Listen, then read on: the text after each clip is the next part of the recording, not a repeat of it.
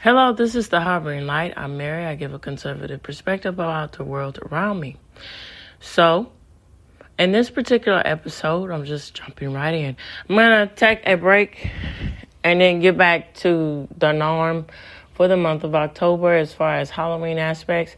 So today, Friday, whenever you listen, Friday focuses in on, because I know last week that, I centered as far as Halloween, but it's not, it doesn't make any sense. It's not appropriate to focus on Halloween theme for this particular country for food, as food-wise goes, as far as that. So I touched on it last week. So this week I'm covering Israel for the listeners out there that were there with me from Anchor from the beginning when I started the podcast. I appreciate all of y'all. And And so, specifically, I remember it was Tel Aviv, the city of Tel Aviv. And so, I'm going to talk about the food of Tel Aviv. Here we go.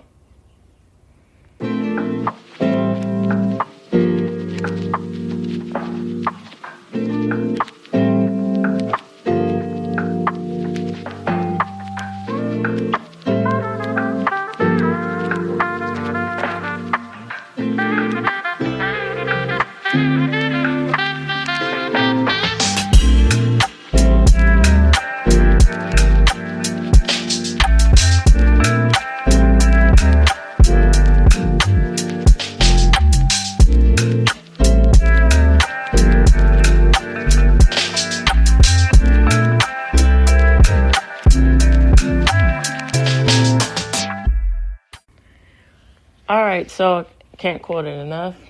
Roseanne Barr, she said it quite best on her podcast. She said, of course I'm paraphrasing. So the best way to mend all ties as far as it, where it be political issues, race issues, so forth, is through food. And that's very kind to say and very eloquent too. So my point is that, as I mentioned before, Israel is more than just the sum of its parts. Which I mean by this, it's more than just religious, war-torn country. Is more than just all the battling with Palestine and Israel. It's more than that. And then also to make a perspective about it and give commentary about it, is something. This war that's going on is something that's not new. It's something that's been going on since the dawn of man, and it's unfortunate. This is probably something that will never end. But there's ways to come to an agreement, and it's an unfortunate thing, and it's just one of those things when you got to look at it for what it is. And I think that's really something to think about. So, my purpose and I'll resurface this and say this, every time I talk about food on Friday, at the heart of the matter, food is the platform and the welcoming of comfort, where it be comfort from friends and family and loved ones gathering around, eating something that's enjoyable, or whether it be comfort from the simple fact of eating something that reminds you of something, or that you find joy in. And so why not talk about this and address this, and then learn and get insights about this, and then and then I think it's also a good part to really understand even more in depth about culture, certain cultures. And so this is my way to launch all of that. And then, as I get into talking about different topics on Fridays, centering around all of you listeners out there, is my appreciation for all of y'all who listen. And thank you so much for listening. Without your listeners, I wouldn't be doing this. And then it just means a lot how much y'all tune in. And it's just, I'm grateful for it. So, with that said, let's jump into the food from Tel Aviv.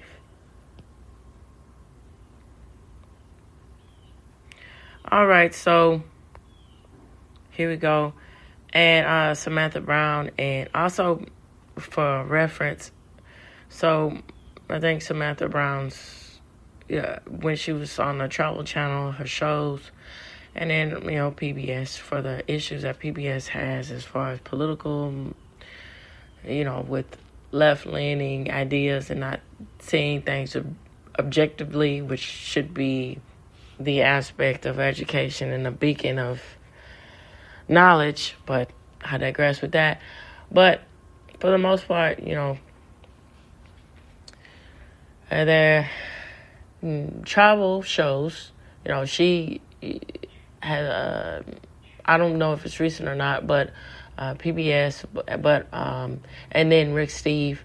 So my point being of addressing them, they put their point of view, their 2 cents in about traveling to Israel.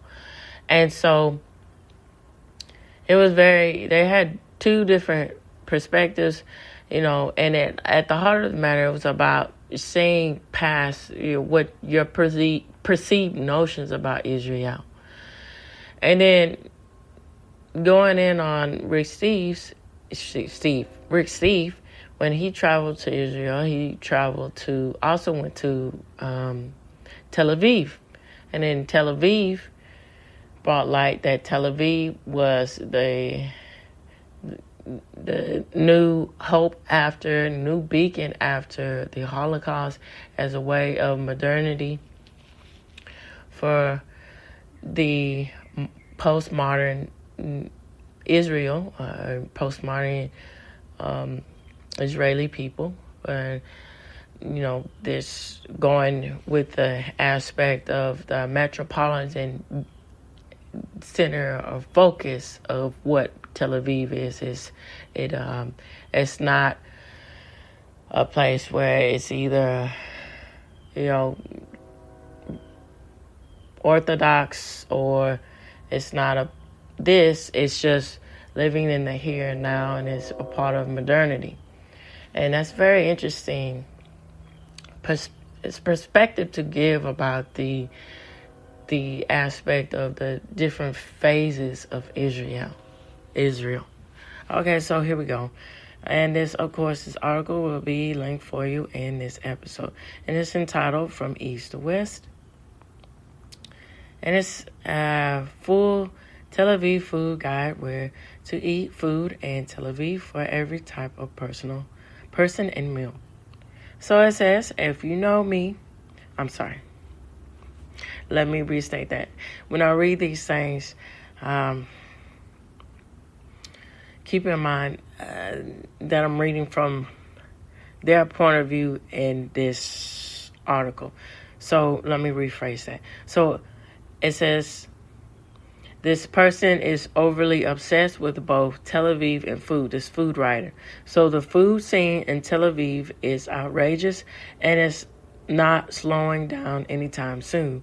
So this person visited Tel Aviv 10 plus times and moved permanently in 2019. And this person says the list is growing as this person has been living here for 5 years now. So what to eat in Israel brunch in Tel Aviv, cafes in Tel Aviv, cheap eats and street food in Tel Aviv, casual dining in Tel Aviv, fine dining in Tel Aviv, dessert in Tel Aviv, best spots for every specific craving, and the absolute favorite and recommend food tour in Tel Aviv. Food tour in Tel Aviv. Anything you are in the mood for, Tel Aviv has it. And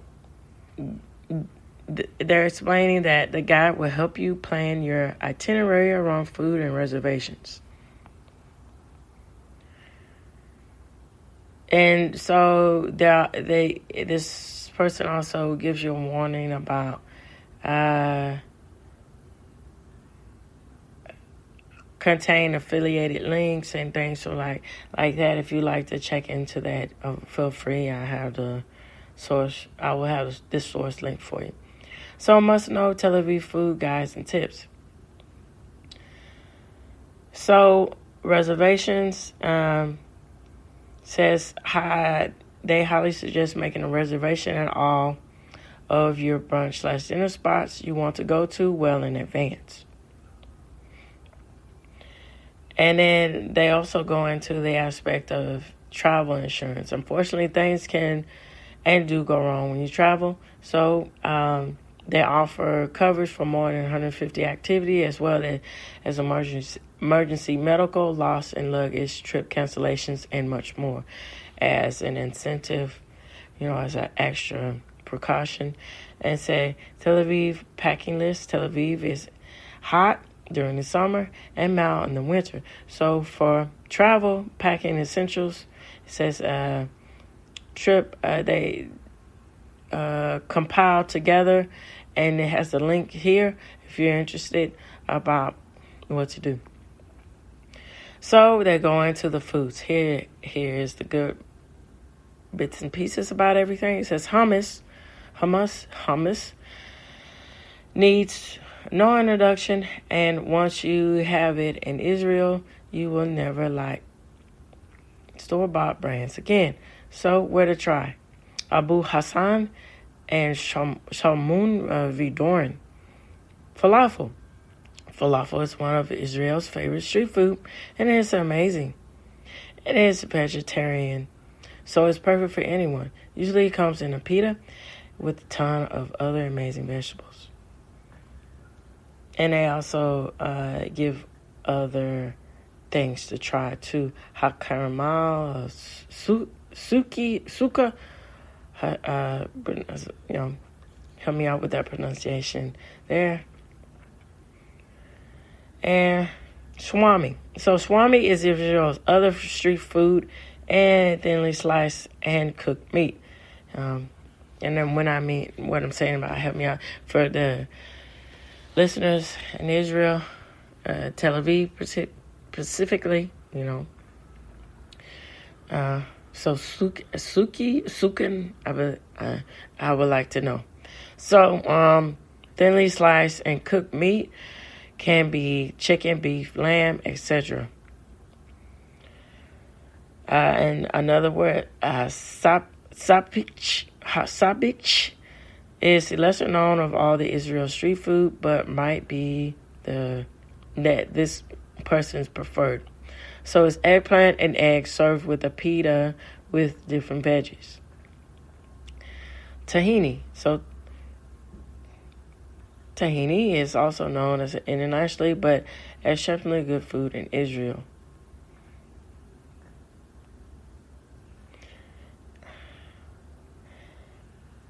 And it goes on to say that where everything is, always ask, to be in the know. It says initial, and Israel happens to have the best. And then they give Cafe Noir as a pinpoint to go to try. And for a fancy sit-down restaurant, Makla for schnitzel sandwich. And then they go on to say with Havala, an Israel dessert that you can find all over the markets, lots of sugar, but melts in your mouth. And Mala Bayi This is an Israel dessert. It's super sweet. I like desserts there. Fresh juices and smoothies. So fruit produced are beyond fresh in Israel. And you can find juices and smoothie stands all over the city. It says Israel salad, served as a side with every meal. And it's chopped with tomatoes and cucumbers, and it's always fresh. So, Israel alcohol, you can have shots called chasers in Israel of these before you leave. And it says this person also gives a pinpoint, don't smell it before, and then they're giving you the aspect to just trust them. So I guess it's not very appeasing to smell, and it's in all bars. And they also give pictures of everything. So they go into food in Tel Aviv by the meal type. So this is first the brunch and breakfast in Tel Aviv. So the most favorite brunch spot is Cafe Chakol, I believe. But if you only have a few days in Israel, this is not the spot to get traditional Israel breakfast and brunch. This is definitely a Western brunch place. So they have things like egg and cheese bagel. It's not just an egg and cheese. There is a special onion jam that they make, and it's remarkable. Other things to consider are the beer bread specials. They're so good, and this person goes on to say, also have the freshest ingredients and change weekly.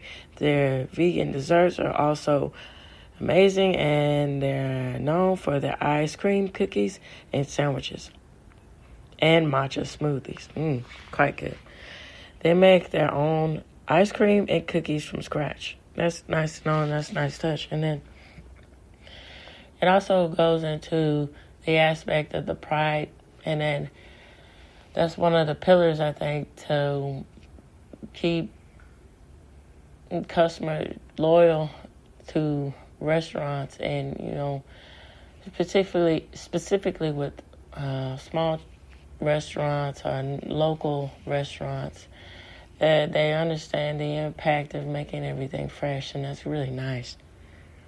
And that even gives more perspective about the culture too, with when they pride themselves on fresh food, making everything fresh.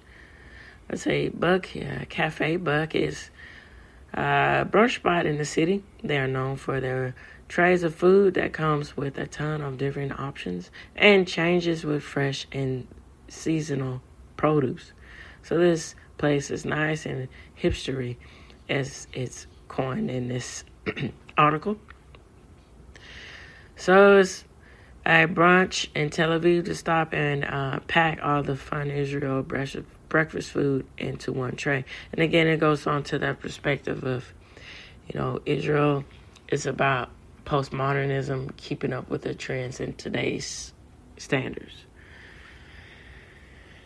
Yom Tov Cafe. And for brunch in Tel Aviv, Yom Tov is crowded with their outside seating every day for the week, and it's the best for people watching. Yom Tov is at the Souk Ha-Caramel, and has the fresh and most electric brunch menu. Benedict Tel Aviv. So, and my husband too, he enjoys Benedict eggs. That dish is really good. So it's overrated when you live here, but it's really good. And when you're visiting, it's very touristy and English friendly. And it's saying that it's also open 24 hours. So it's, you can stop by anytime. And it says they also have banana pancakes. So Bread and Co. Company is super local, and they have the fresh breads. So NOLA American Bakery. So this bakery is American inspired and brunch spots. It's a brunch spot, and it's based off of New Orleans. And yeah, so New Orleans is, of course, related, and of course, the imagery of New Orleans with the very decadent pastries, baguettes, all of these things, come out from New Orleans. And it's quite interesting to see how these are reimagined in other countries. That's neat. So I guess they're going NOLA, that's in New Orleans. So I was wondering if that was, but that's okay. That's good to see that. Okay, so Manta Ray, this is a fancier brunch when you want a more upscale brunch with a view. Java, this is a Tel Aviv spot, and they have the schnitzel sandwiches and all of that, if you like to try. And I'm going to end with Orby Cafe. It's a newer spot, and they have Florentine. Quite interesting. So lunch. And they go on a list of cheap eats and street food. So Sholem and Doran is a hummus spot for Shuk caramel with different twists on hummus. So we got, and I'm gonna go into Frishman Sabich. So best Sabich in Tel Aviv. It is right on the corner of Frishman, and it is a small takeout place. Hummus in Abba Hassan is the best hummus in Tel Aviv, and it will not disappoint. And they give a tidbit that you must go before 2 p.m. as they close after the daily batch finishes. So Miss Sinon, world class.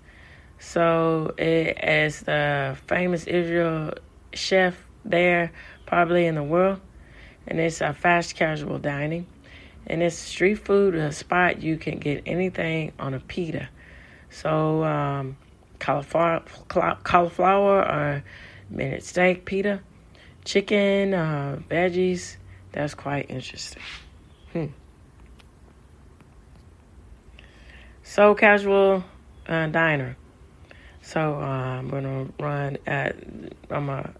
some off for you and wrap everything up. So M25, best meat restaurant in all of Tel Aviv. It's a part of a meat shop.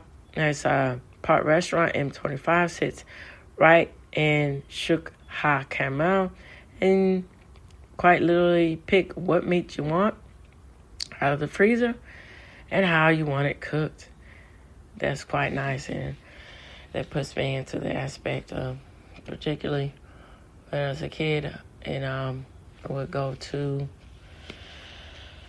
I'm thinking about the seafood restaurants I would go to as a kid in Houston, and then see the live lobster tank there, and you could pick out what you want, and it's quite neat. So, Old Man in the Sea, one of the most popular tourist restaurants in Tel Aviv, and honestly, I must go for the experience. So this is a typical Israel restaurant, and it's on the port that comes with the 1 million little dishes that it keeps refilling, and they recommend it as a must. Romano, it's another one of the masterpieces. This is located on top of Teeter and has the best vibes and great food, and they take reservations, 2. Cafe Noir again, a solid restaurant known for the schnitzel in Tel Aviv. And Soulful and Sons, a traditional Yemet small spot in the center of Levinsky Market, and Yemet dishes and fun casual vibe to sit at the bar too. And then go on to say Cafe Popular Bar. It's a newer spot in the Old North. So for a super fun and good solid dinner, make sure to reserve the downstairs bar area. They recommend that the food is great. This is a place super trendy and fun.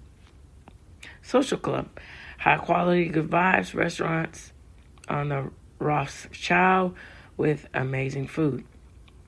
And they recommend salmon dishes as well as the artichoke and dessert section, just to name a few. OCD. This is one of the most interesting food experiences, according to them, says they have had in a long time. And private seating with only about 20 seats sitting around the kitchen. And I'm going to end on